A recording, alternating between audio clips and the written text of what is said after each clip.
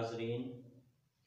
मेरा एक दोस्त है, अगर हम बिहाड़ी की तरफ जाए ना, बिहाड़ी से थोड़ा आगे चले जाएं, वहाँ पे एक इलाका आता है पक्खी मोड़। पक्खी मोड़ के आसपास चुकूक हैं 93, 115 चक, 94। वहाँ पे ना मेरे एक बहुत करीबी दोस्त हैं। वो महकमा तालीम से रिटायरमेंट जब उन्होंने ली, PST टीचर थे, प्राइमरी स्कूल टीचर। रिटायरमेंट के बाद जाहिर है बंदे के पास पैसा आता है। जब उनके पास कुछ पैसा आया तो उन्होंने सोचा कि मुझे अब क्या करना चाहिए। सबसे पहले मास्टर साहब ने ना अपने बच्चों की कोई शादियां वगैरह की, बाकी जो पैसे बच गए तो वो मेरे पास आ गए।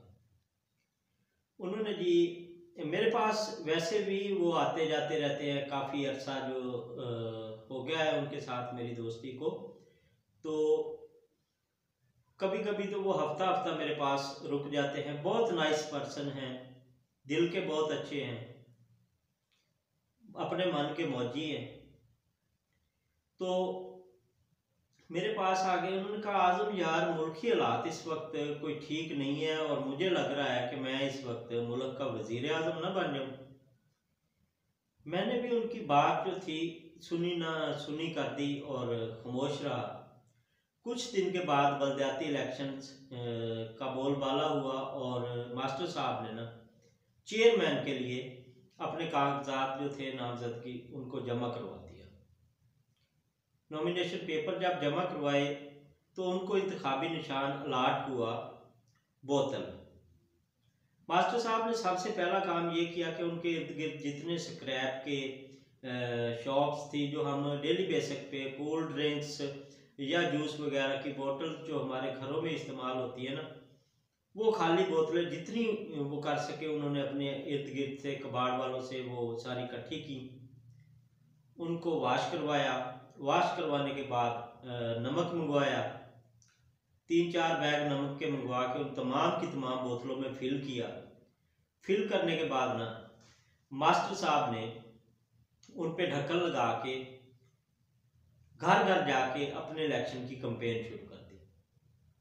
अब मास्टर साहब हर घर पे जा रहे हैं, डोर जो है डोर बेल दे रहे हैं। जब कोई उनका वोटर सामने आता है तो वो ये बात कर रहे हैं कि मेरा इंतखाबी निशान बोतल है और इस बोतल में मैंने नमक फिल कर दिया है, आप इसको अपने किचन में रखें। जब तक इलेक्शन डे नहीं आता तब तक मैं उम्मीद करता हूँ कि इससे नमक जो है वो कम नहीं होगा।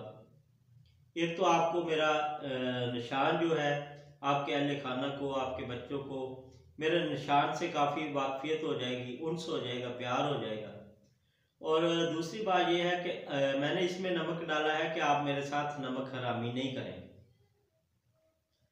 और अगर आप मुझे कामयाब करवाते हैं तो मैं यही जो खाली बोतल्स हैं, इन बोतल्स में चीनी भर के और आप लोगों को दूंगा इलेक्शन के बाद। अच्छा, चंद दिन गुजरे और इलेक्शन का दिन आया। वहाँ पे मास्टर साहब के कुछ ही वोट निकले। मास्टर साहब हल्के से जो है बड़ी बुरी तरह से हार गए। फिर वो सीधा मेरे पास आ गए कि आज़म यार, अब मुझे ना ग्रास रूट लेवल से ऊपर ज़रा सोचना चाहिए, मुल्क की सतह पे सियासत करनी चाहिए। प्राइम मिनिस्टर बनने के लिए, वज़ीर आज़म बनने के लिए मुझे जिस हद तक जाना पड़ा, इस वक्त मुल्क के हालात जो हैं वो ठीक नहीं हैं। मैं इनको सीधा कर सकता हूँ, इन हालात को बेहतर और बेहतरीन कर सकता हूँ। तो वहाँ पे ना मास्टर साहब ने काम ये किया कि इलेक्शन कमीशन के ऑफिस में गया, वकला हजरात से मीटिंग्स की, अपनी एक सियासी पार्टी बनाने के दर पे हो गए। वहाँ पे पार्टी अगर आप या कोई NGO या कोई फर्म ऐसी बनाते हैं, उसके लिए आपको मंशूर और उसके आइन की ज़रूरत होती है। जब मास्टर साहब ने अपना मंशूर पेश किया तो इलेक्शन कमीशन में उनके मंशूर में सबसे पहले नंबर पे ये आता था कि हम डिस्ट्रिक्ट बिहाड़ी को दारुल खिलाफा बनाएंगे। इन्वर्टेड कॉमास में मास्टर साहब ने उसकी वजाहत इस तरह की कि बिहाड़ी में आज तक धुंध ज़्यादा नहीं पड़ी, बिहाड़ी में आज तक आंधियाँ ज़्यादा नहीं आई, बिहाड़ी में ज़्यादा बारिशें नहीं आती।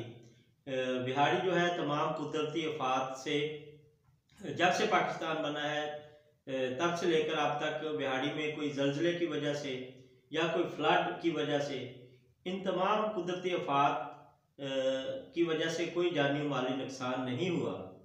तो इस वजह से हम इसको दारुल खिलाफा बनाएंगे। नंबर 2 पे उन्होंने कहा कि ये जो खवातीन को पैसे दे के रोड के ऊपर दर बदर हो रही हैं, बेनजीर इनकम सपोर्ट वाले जो खवातीन हैं, हम इनके लिए कोई एक ऐसा प्लान लेके आएंगे। इन खवातीन को 2-3 माह हम तनख्वाह ये पैसे नहीं देंगे जो उन्हें एक साथ की सूरत में मिल रहे हैं, तो हम उनको उनके घरों में छोटी छोटी शॉप्स बना के दे देंगे। कोई कपड़े की दुकान, कोई ग्रॉसरी की दुकान, किसी को किराना स्टोर, किसी को जो है जनरल स्टोर।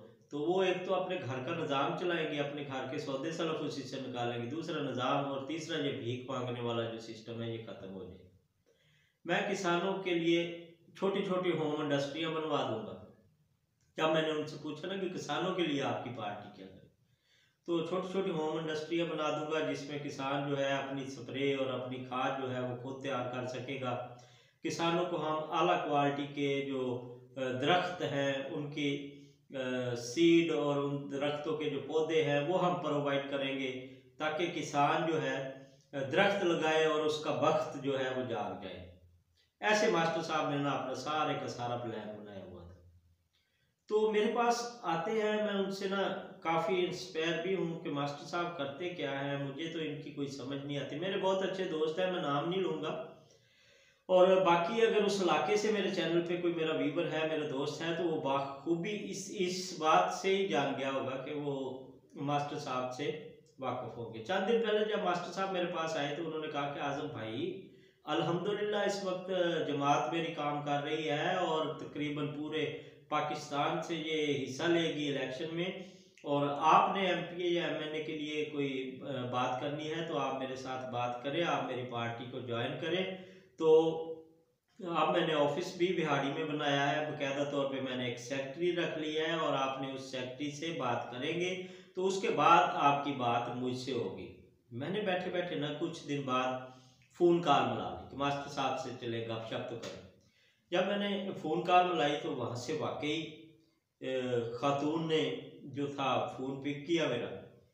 तो मैंने कहा जी अस्सलाम वालेकुम मैडम, कैसी आप खैरियत से हैं, और मेरे मास्टर साहब से बात करवाई। तो मेरा ये कहने की देर थी और उस खातून ने ना आओ देखा ना ताओ और मुझे गालियां देना शुरू कर दी। मैडम आपने किसको कहा, मैडम आपने कहा क्यों है, मैडम आप कह कैसे सकते हैं। तो मैं बड़ा हैरान परेशान कि ऐसी सेक्रेटरी रख ली है कि मैडम इसको नहीं कह सकते। मैडम साहबा ने ना उसके साथ ही कोई लड़का था उसको पकड़ा दिया फ़ोन। अब उस लड़के ने जब फ़ोन पकड़ा ना तो उसने गालियां देना शुरू कर दी कि आपने मैडम क्यों कहा है। मैंने फ़ोन अपना जो था डिस्कनेक्ट कर दिया। शाम को मास्टर साहब ने मुझे खुद फ़ोन किया। मैंने कहा यार मास्टर साहब, मैंने आपकी सेक्रेटरी को कॉल की थी और मुझे तो बहुत गालियां पड़ी हैं यार, कैसी आपने जमात बना। उन्होंने कहा यार आज़म तेनों आख्या किने सी कि तू उन्होंने मैडम आख, तू उन्होंने बाजी आख लेंदा, खाला आख लेंदा, आपा आख लेंदा, तू उन्होंने डायरेक्ट मैडम आख देता। तो ये जो वीडियो बेसिकली मैं बना रहा हूँ ना, ये जो साहब हैं डॉक्टर साहब हैं, इनका भी कुछ काम उस मास्टर साहब की तरह है। बेसिकली आज की मेरी ये वीडियो है, ये मैं डॉक्टर एक मसूद परवेज साहब हैं और इनोवेटिव पाकिस्तान का यूट्यूब पे चैनल है, और उस चैनल के थ्रू ये किसानों को, काश्तकारों को, मवेशी पाल भाइयों को, फार्मिंग से रिलेटेड लोगों को, उनको ये टच कर रहे हैं।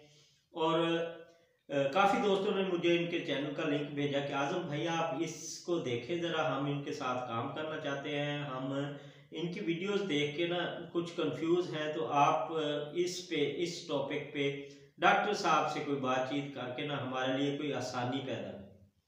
तो मैंने ना कम से कम डॉक्टर साहब की 50 से ज़्यादा वीडियोस देखी, और उन 50 वीडियोस का तमाम का लुबे-लुबाब जो है वो मास्टर साहब के साथ अटैच होता है। नंबर 1 पे डॉक्टर साहब ने ना शुरू किया, सबसे पहले उन्होंने अपने ये किसी चैनल के साथ काम कर रहे थे जो किसानों को बेसिकली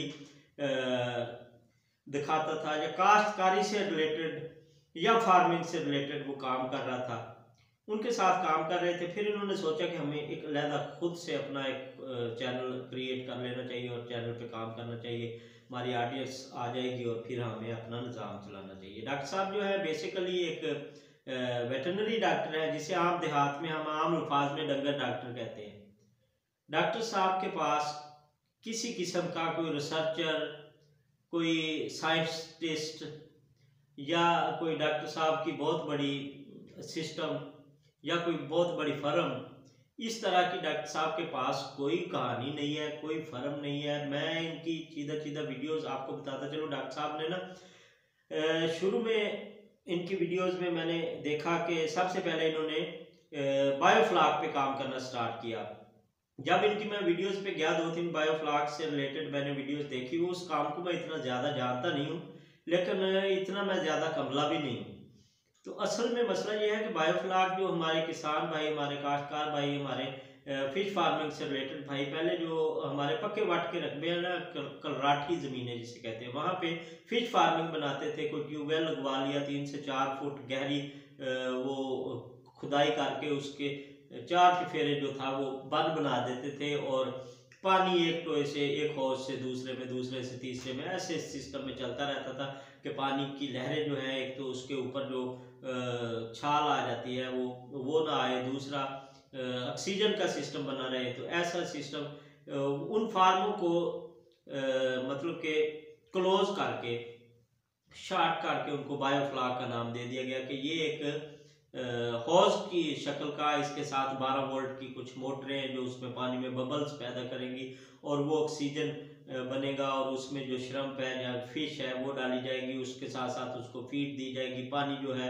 वो रोटेट होता रहेगा, हिलता रहेगा। तो वहाँ पे जो मोटर्स हैं छोटी, वो पानी को मतलब कि चलाती रहेंगी सारा सिस्टम। डॉक्टर साहब ने सबसे पहले इस हवाले से वीडियोस डाली, कुछ लोग इस सिस्टम में आए, फिर उन लोगों का काफ़ी बड़ा नुकसान भी हुआ। इनके ऑपोजिट भी बहुत सारी वीडियोस यूट्यूब पे मौजूद हैं, मैंने उन वीडियोस को भी देखा, उन लोगों के कमेंट्स को भी देखे, डॉक्टर साहब की वीडियोस का बगौर जायज़ा लिया, उनके कमेंट्स चेक किए। फिर डॉक्टर साहब ने उस काम को जो था थोड़ा पीछे छोड़ा और दूसरे काम में चले गए।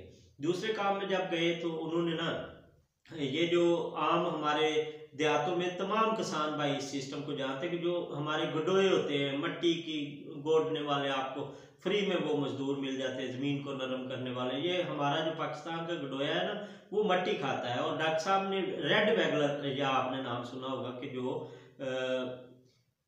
वेस्ट डीकम्पोज एक चीज़ होती है। दूसरा डीकम्पोज मतलब कि वो करते हैं जो जानवरों का वेस्ट है ना, जिसे हम जानवरों का फुजला कहते हैं, भैंस है, गाय है, इनका गोबर जो होता है, सीधे अल्फाज में मैं आपको समझा दूँ, उसमें उनको छोड़ा जाता है। रेड वैगलर्स को वो इम्पोर्ट किए जाते हैं, वो पाकिस्तानी गडोए नहीं होते, वो उस गोबर को खाते हैं। पहले उस गोबर का गैस निकाला जाता है, उसको ठंडा किया जाता है, उसमें वो डाले जाते हैं, वो उसको खाते हैं, बड़े होते हैं, मल्टीप्लाई हो जाते हैं, 2-3 रुपए में, 1 रुपए में वो गडोए भी सेल होते हैं।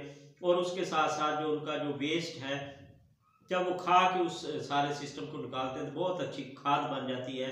और ये ज़्यादातर नर्सरियों वाले जो इस्तेमाल करते हैं, या घरों में होम गार्डन जिन्होंने की होती है, किचन गार्डन की होती है, हमारी ख़वातीन बहनें हमारी जो इस पे फ्लावरिंग का काम करती है, नर्सरियाँ बगीचे वगैरह बनाए हुए हैं, वो लोगों की काफ़ी काम आती है। छोटी पैकिंग में ये 5 किलो से लेकर आपको 25 किलो 50 किलो में तक मिल जाती है।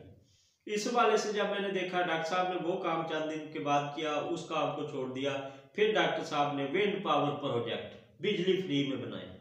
विंड पावर प्रोजेक्ट आप कभी भी किसी भी वक्त किसी यूट्यूब पे चले जाए, गूगल पे चले जाए, कहीं भी चले जाए, वहाँ पे आप देख लें कि उसका एक बकायदा यार सिस्टम होता है। इन्होंने कहा नहीं नहीं नहीं नहीं नहीं, वो आप जो मंगवा रहे हैं ना, वो तो आपको बहुत महंगी पड़ेगी यार, वो हवा से चलती है, वो टर्बाइन होती है, वो उसकी स्पीड ज़्यादा जितनी होगी उतनी वो बिजली क्रिएट करेगी। आप उसको मतलब कि अपनी ज़रूरत के मुताबिक आप उसको मंगवा सकते हैं। इतनी बड़ी फर्म्स हैं, वो कंपनियां हैं, वो काम कर रही। डॉक्टर साहब कह रहे हैं कि मैं रिसर्च में लगा हुआ हूँ और मैं इतनी बड़ा रिसर्चर हूँ, इतना बड़ा रिसर्चर हूँ कि आप मैं सिंध को और पंजाब को बिजली फ्री देने वाला हूँ। उन्होंने ना किसी कबाड़िए के साथ बातचीत की डॉक्टर साहब ने, जो घरों में खाली पेटियां, कोई संदूक वगैरह, उनके जो चादरें थी उनकी कटाई करवाई और उसको जो था ना एक पंखे की शक्ल दे दिया। और पंखे की शक्ल देने के बाद जब उन्होंने ना छोटी टार्च जो मोटरसाइकिल पे हम इस्तेमाल करते हैं, मतलब कि अगर आप सेल ले लें ना 3 रुपए का 5 रुपए का सेल, तो उससे भी वो चल जाए, उनके साथ एक छोटी सी मोटर उन्होंने लगाई, फिर एक छोटा सा पंखा भी चला के दिखवा दिया कि ये वो जी पैदा हो रही है। अगर आप उस डॉक्टर साहब के मिशन पे जाते हैं तो उससे अगर आपका मुर्गियों का कोई डरबा है ना, उसके अंदर ना ही आप उनको रोशनी दे सकेंगे जितनी बड़ी वो विंड पावर प्रोजेक्ट चला रहे हैं, और ना ही मतलब कि आप उसके लिए कोई हवा का सिस्टम कर सकेंगे। इतनी बड़ी सिस्टम की वो बिजली तैयार नहीं हो रही। डॉक्टर साहब ने थोड़े दिन उस पर काम किया। अच्छा, उन्होंने कहा कि अब इसको फ्री, जिन इलाकों में हवा नहीं है ना, तो वहाँ पे ये ऐसे लगा लें सेम एज लाइक के जैसे रूटावेटर आप इस्तेमाल करते हैं ना, रूटावेटर किसान भाई, तो उसकी जो हुक होती है, उसकी पुली होती है, वो डॉक्टर साहब ने टेबल पे रखी और लोगों को बताया, हाँ ये फार्मूला मुझे सामने आ गया, इससे अब बिजली तैयार हो जाएगी। वो दिखाने के बाद ना लोग परेशान हो गए कि डॉक्टर साहब के पास तो वाकई भी कोई अलादीन का जिन्न आ गया है। और डॉक्टर साहब ने ना प्रैक्टिकली इस पे कोई काम, उन्होंने जब उनसे कभी भी किसी ने भी कोई सवाल किया, उन्होंने कहा जी काम हो रहे हैं, निज़ाम चल रहा है, फैक्ट्रियाँ चल रही हैं, हमारा सिस्टम चल रहा है। अच्छा, थोड़े दिन चलने के बाद ना डॉक्टर साहब ने कहा कि देहातों में अगर कोई लगाना चाहता है तो 2 आप गधे ले लें और 2 ही आप दूसरे गधे ले लें जो इनको हाँकेंगे। मतलब कि 2 बंदे जो हैं, गेयर जैसे आपने देखा वो टोका मशीनें हमारे पास पहले होती थी और वो बैल के साथ चलती थी, बैल के साथ। तो अब बिजली आ गई है, सिस्टम ठीक हो गया, अब टोका मशीन लग गई, लेकिन वो बैल चलता था तो वो टोका चलता था और जो घास था वो सारा उससे काटा जाता था। अच्छा, वो चलते चलते ना डॉक्टर साहब ने कहा कि वैसा सिस्टम लगाना पड़ेगा, उसके साथ वो एक बड़ा गेयर होगा, उसके साथ एक छोटी पुली होगी, उसके साथ एक छोटी पुली होगी, जिससे आरपीएम पूरा हो जाएगा और उसकी डैनो मोटर जो है उसकी स्पीड बढ़ जाएगी और ये 1-2 किलोवाट तक की जो बिजली है, जो आपके घर का लोड है ना, वो आसानी से उठा सकेगी। एक गधे को आप 8 घंटे के लिए उसमें लगा दें और जब दूसरा थक जाए तो फिर आप दूसरे को उसमें लगा दें और एक एक बंदा उनको हाँकने के लिए लगा दें। और मतलब कि वो सिर्फ बगैर बिजली और बगैर तेल के और बगैर पेट्रोल के और बगैर आपकी फी जो है ना वो ख़त्म हो जाएगी। अगर आप अफरादी कुव्वत की बात करें यार, तो अगर 8 घंटे किसी से कोई मजदूरी ली जाती है ना, तो वो आज 1500-1200 रुपया वो मांग रहा है। 2 बंदों का 2400 रुपया हो गया और 2 गधों की खुराक जो है वो भी आप 2400 रुपया तकरीबन लगा लें। अगर उनसे काम लेना है तो फिर आपको उनके लिए दाने की भी ज़रूरत होगी, आपको उनके लिए गंदम की ज़रूरत होगी, आपको उनको दाना डालना ही पड़ेगा। वो रूखे सूखे घास खा के फिर वो आपको चक्कर नहीं पूरे करेंगे। 4800 रुपया हो गया। और 2 किलोवाट जिनका लोड है ना, उनका 4800 रुपया बिल मेरा नहीं ख्याल के पूरे महीने में आएगा और सुकून के साथ। अच्छा, ये डॉक्टर साहब का मंसूबा था और इस मंसूबे को उन्होंने छोड़ा पीछे। फिर उन्होंने कहा जी अब मैंने ना एक बंदे से राब्ता कर लिया है और मैंने बैटरियां बनाना स्टार्ट कर दी हैं। वो बैटरियां जिसमें लेड बैटरी आप उसको कह लें, वो जो कि उसमें तेज़ाब नहीं डलता। ये जो हमारे भाई रक्शे वाले होते हैं, जो सब्जियां वगैरह सेल कर रहे होते हैं, जो कुल्फियाँ सेल कर रहे होते हैं, छाबड़ी फरोश होते हैं, उन लोगों के पास वो बैटरीज मौजूद होती हैं और वो उसको एक दफ़ा चार्ज करते हैं, तकरीबन 5-7 दिन उनके निकल जाते हैं और आसानी के साथ जो है वो अपने आवाज़ वगैरह जो स्पीकर वगैरह वो चलाते रहते हैं। डॉक्टर साहब ने जी वो उनके हाथ कहीं से वो कोई पुरानी बैटरी लग गई, उन्होंने 2 काबिये के साथ टांके लगाए। आहा, मैंने सारा सिस्टम ही मंगवा लिया जी, इम्पोर्ट किया और इस बैटरी को मैंने ना बना के स्टार्ट कर दिया, ये बल्ब बल गया जी। अच्छा, उसके बाद वो भी प्रोजेक्ट डॉक्टर साहब ने बंद कर दिया। फिर डॉक्टर साहब ने कहा जी नीम ऑयल, नीम के पत्ते मेरे पास ले आओ, नीम ऑयल ले आओ, मेरा एक्सपोर्ट हो रहा है नीम का तेल जो है। और डॉक्टर साहब ने जो तेल की कीमत अपनी वीडियोस में बताई है ना, छोटे से किसी अड्डे पे आप किसी पंसारी के पास चले जाए ना, उससे डबल कीमत में वो पंसारी आपसे नीम ऑयल जो 1 नंबर बना लेंगे। अगर आप अच्छी क्वालिटी का नीम के सीड से, जो उसकी नमोलियाँ होती है ना नीम की, उससे अगर स्ट्रैक्ट करके वो ऑयल उसको उनको दे देंगे तो वो आपको डॉक्टर साहब से डबल कीमत। डॉक्टर साहब कह रहे हैं बल्क में मैं काम कर रहा हूँ, बल्क से नीचे मैं काम नहीं करता। मतलब कि सिर्फ उन्होंने ना लोगों का मेरे ख्याल में डॉक्टर साहब ने धोखा देना है। धोखे के अलावा कोई इतना बड़ा इनका कोई काम नहीं है, कोई इतना बड़ा सिस्टम नहीं है। फिर डॉक्टर साहब ने ना एक TMR निकाल दिया, टोटल मिक्स राशन।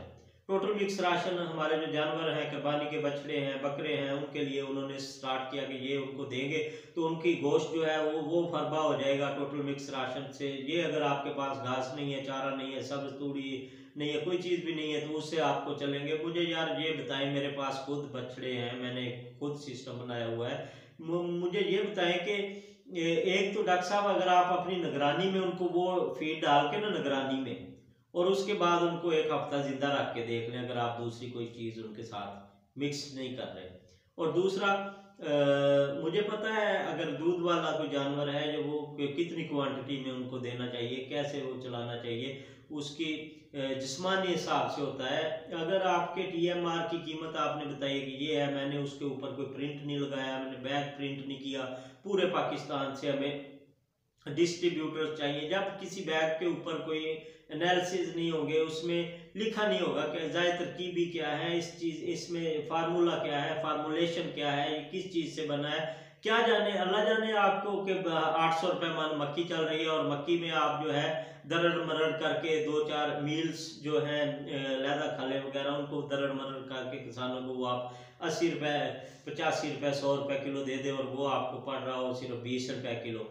जब आप उसके ऊपर कोई प्रिंट नहीं करेंगे, फिर आप कह रहे हैं मैं बैग भी नहीं लगाऊंगा, मैं क्वालिटी ऐसी है ना मेरी TMR की कि बैग भी नए की ज़रूरत नहीं, पुराने खाल वाले बैग लोगों से लेके सिलाई करके हम पहुँचाएंगे, नए बैग की भी ज़रूरत नहीं। वो 20 रुपये आप बचा रहे हैं गट्टू के या उसकी प्रिंटिंग के, तो यार इसके रजिस्ट्रेशन के कितने पैसे लगते हैं? 15,000 रुपये में किसी चीज़ का भी ट्रेड मार्क आप ले सकते हैं, वो सारा फिर वो सिस्टम में आ जाता है, समझ में आ जाता है कि इसमें है क्या।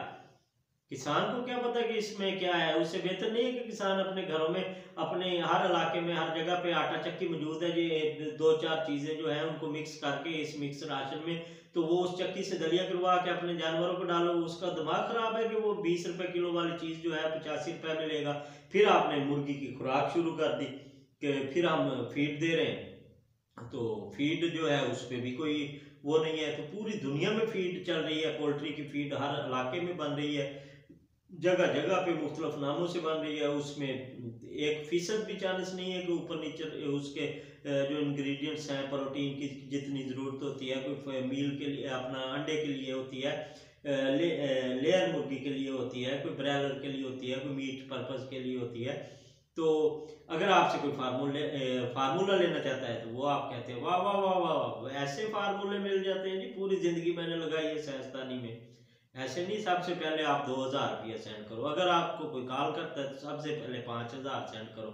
अगर डॉक्टर मसूद परवेज साहब को कोई टाइम लेता है तो 8,000 रुपया सेंड करो। फिर लोग कहते हैं कि यार इनका कोई जो है ना तो वो नुमाइंदा, इनका कोई दफ्तर। मेरे भाई मेरी समझ में अभी तक मैं ना डॉक्टर साहब को ज़ाती तौर पे जानता हूँ, ना इनके साथ जिन लोगों ने काम किया है उनको जानता हूँ। अभी तक मेरी जो समझ है, मैं अपनी समझ के मुताबिक डॉक्टर साहब की वीडियोस का निचोड़ आपके साथ रख रहा हूँ, इनकी जो मेंटली सिस्टम है वो आपको बता रहा हूँ, इनके पास जो डिग्रीज हैं वो आपके साथ शेयर कर रहा हूँ, इनके जो काम हैं वो आपके साथ शेयर कर रहा हूँ।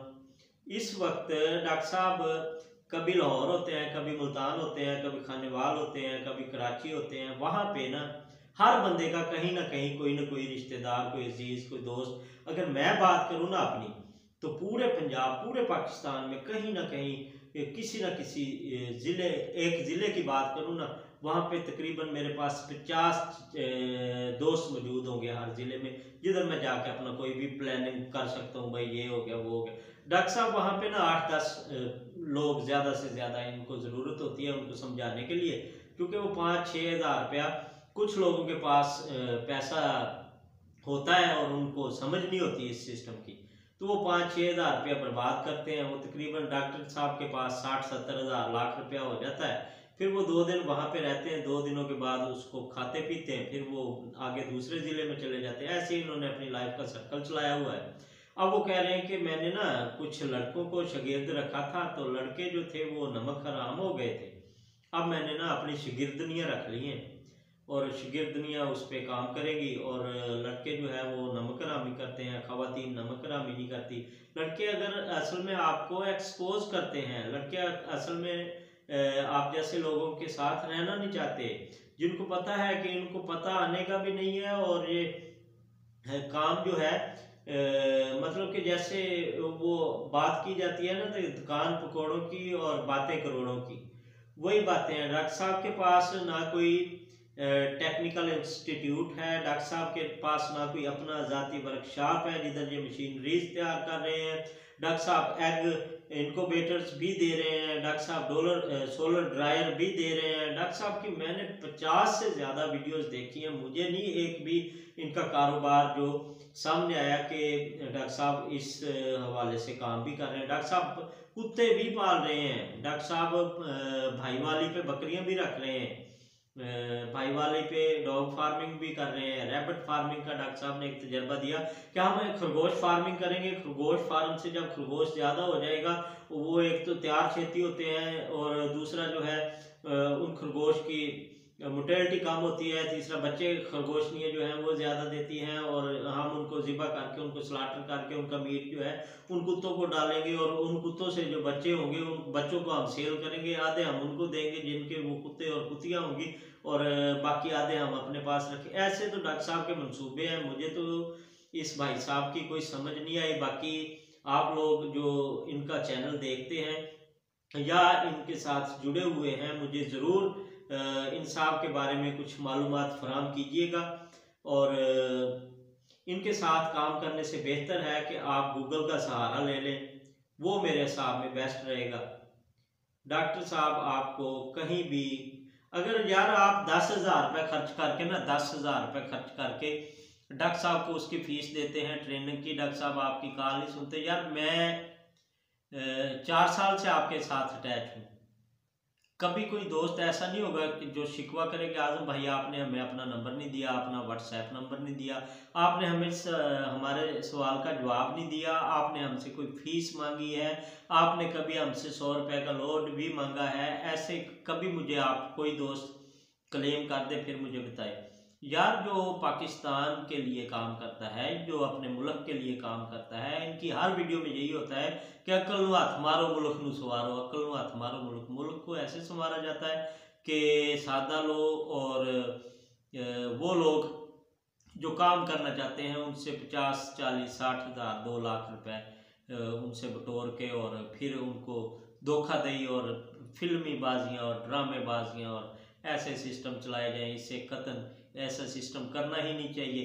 बाकी जितने डॉक्टर साहब की वीडियोस से लोग मुतासर हैं और इनके जो काम बताए हुए काम हैं वो आप लोग करना चाहते हैं, तो उनकी तमाम फिजिबिलिटी रिपोर्ट्स, मशीनें आपको कहाँ से मिलेंगी, सेल कहाँ पे होगी, सारी की सारी डिटेल मैं आप दोस्तों को प्रोवाइड कर सकता हूँ। इतनी बड़ी परेशानी नहीं है, मेरा ये कंटेंट नहीं है, मेरा ये टॉपिक नहीं है, मैं फिर भी आपके साथ ताउन करने को हाजिर हूँ।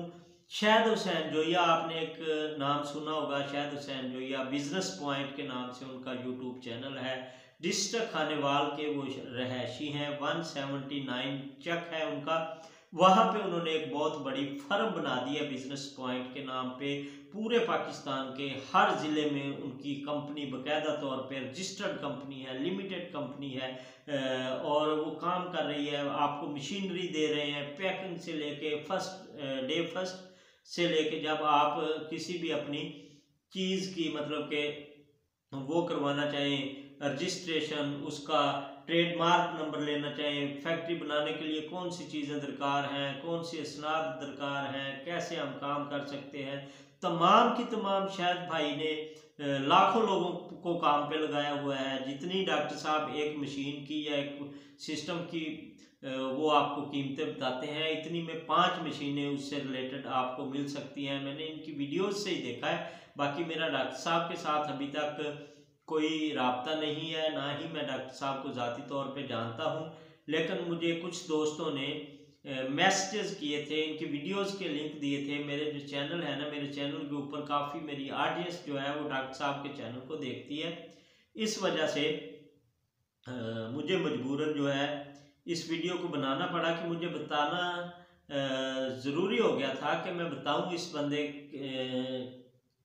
के किसान को, हमारे मवेशीपाल भाई को, ये किस टाइप की सहूलियात दे रहे हैं और क्या उससे मुस्तफ़ीद हो सकता है हमारा आम बंदा। तो एज लाइक मास्टर साहब, वैज लाइक डॉक्टर साहब, इसी के साथ इजाज़त दीजिए। अल्लाह हाफिज़।